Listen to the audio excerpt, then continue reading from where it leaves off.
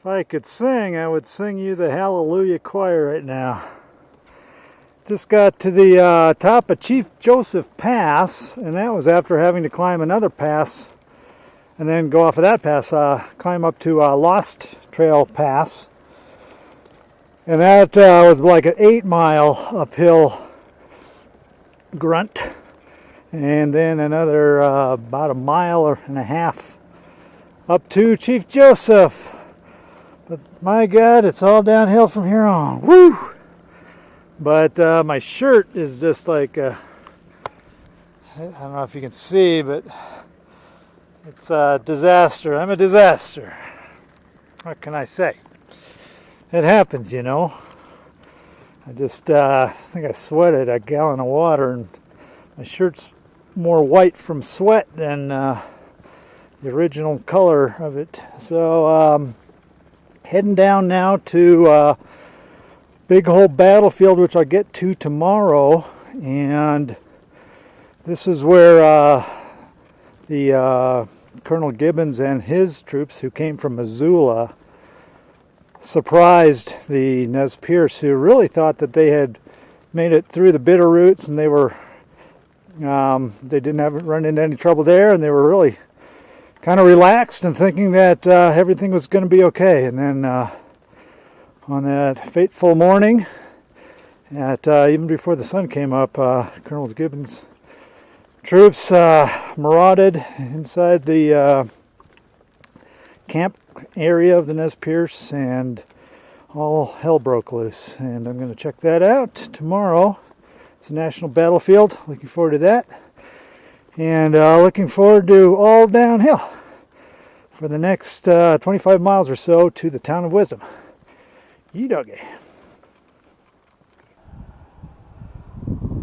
Started my hike along the Nez Perce Historic Trail a month ago in Lake Wallowa, and the entire time I've been hoping I'd come across camas flowers, and I was told that I just missed them when I went through Camas Prairie up in Idaho. And now I'm on Highway 43 heading towards Big Hole Battlefield, and I saw these blue flowers earlier, and I was thinking I should get a photograph of them, but anxious to get to the battlefield, so I didn't. And then there was a kiosk that about a mile back explaining that William Clark came through this section. Lewis and William Clark split up at various times, and William Clark came through here in 1805, and he was with Sacagawea, and she had claimed that when she was a child, she'd come to these meadows up here west of Chief Joseph Pass, and now it's a highway, but beautiful meadows on the other side, and came across it. And so the kiosk mentioned that this was a great area for camas flowers, and then I started noticing, my gosh, there are camas flowers all over. And so I got some nice photographs, and I figured I'd try to dig one up. And it was not easy to do. I mean, you can see it goes quite deep, about 5-6 inches deep into the ground. So digging these up wasn't any easy task. And so you can really get an appreciation of the amount of work that the squaws put in. Their task was to dig up the camas bulbs.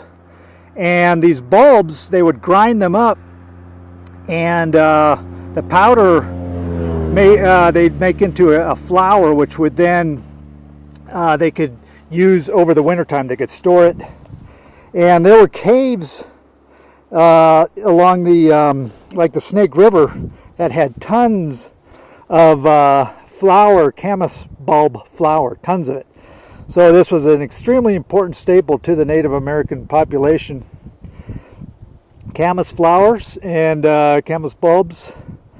And so I'm glad that I was able to come across a field that's in full bloom. When William Clark came through, it was July 5th, 1805. Today is July 3rd, day before 4th of July.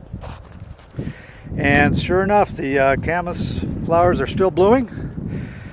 And I'm 10 miles from the Big Hole battlefield, so that's where I'm heading right now. And along Highway 43, hence all the traffic noise. People waving though, that's good. Okay. One thing that I had forgotten to mention about the camas flower is it does grow in a very boggy area, and grows in. It's very prolific in certain areas, but it seems to be very site specific. And I ate the last one just out of my the amateur researcher in me, and so I grabbed another one. And actually, it's I thought it would taste a little more like an onion, but it's not, surprisingly enough, not a tremendous amount of flavor, but very starchy. And you could see that if you ate, it wouldn't take a lot of them to give you a sense of, it really kind of does give you the sense that it's filling you up.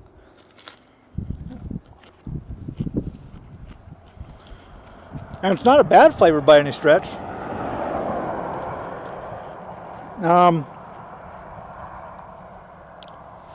I guess if I had to rank it with anything that I've tasted, I guess it'd be like a potato, but only because it seems quite starchy. So,